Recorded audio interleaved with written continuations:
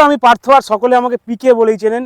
এই মুহূর্তে আমি চলে এসেছি, দেখতে পাচ্ছেন, উদয়নারায়ণপুর ব্রিজের ঠিক নিচেতে, অর্থাৎ যে দামোদর নদী, সেই দামোদর নদীর কি অবস্থা এখন দেখুন।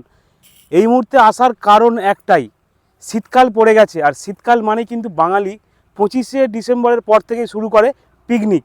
এই রোদ ঝলমলে ওয়েদারে ফাঁকা জায়গায় বসে তারা পিকনিক করতে চায়।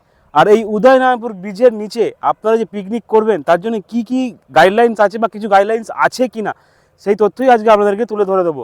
আপনাদেরকে সবার প্রথমে জানিয়ে রাখি, ডিসেম্বর মাস মানেই কিন্তু আমরা সকলেই পিকনিক করতে ব্যস্ত থাকি। আর তার থেকে সবচেয়ে বড় যেটা বিষয়, পিকনিক কোথায় করব। বাড়ির বাচ্চাদের, ফ্যামিলিদের নিয়ে যদি পিকনিক করতে হয়, আপনারা সরাসরি চলে আসুন উদয়নারায়ণপুরে দামোদর নদীর চরে। দামোদর নদীর চরের এই মুহূর্তের অবস্থাটা দেখতে পাচ্ছেন, এখানে কিন্তু জল পুরো শুকিয়ে গেছে।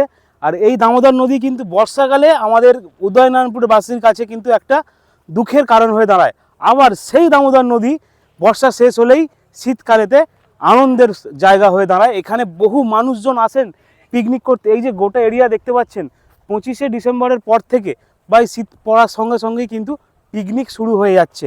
আর তাই আপনাকে অনুরোধ করব, অনেকেই আপনার কাছে জানতে চেয়েছিলেন যে উদয়নারায়ণপুরে পিকনিক করার মতো একটা জায়গা যেখানে ওপেন টু অল, এই যে পিকনিক স্পট উদয়নারায়ণপুর দামোদর নদীর চরে পিকনিক স্পটটা কিন্তু ওপেন টু অল। আপনারা এখানে আসুন, আপনাদের বাচ্চাদেরকে নিয়ে আসুন, ফ্যামিলি নিয়ে আসুন, বন্ধু বান্ধব, sound system A to Z আপনারা নিয়ে আসুন। শুধু আপনাদেরকে আনতে হবে সাউন্ড সিস্টেম, এবং জলটা কিন্তু আপনাদেরকে আনতেই হবে।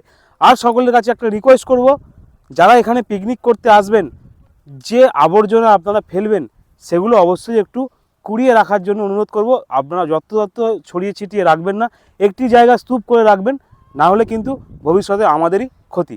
ঠিক আছে, চলুন।